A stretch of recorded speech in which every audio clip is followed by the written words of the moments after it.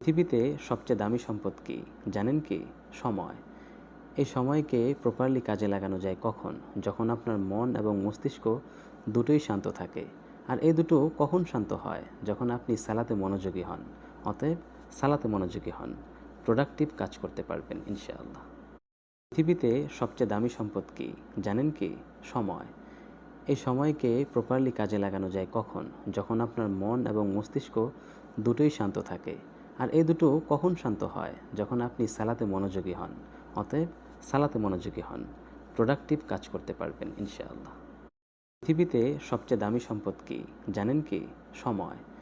এই সময়কে প্রপারলি কাজে লাগানো যায় কখন? যখন আপনার মন এবং মস্তিষ্ক দুটোই শান্ত থাকে। আর এই দুটো কখন শান্ত হয়? যখন আপনি সালাতে মনোযোগী হন।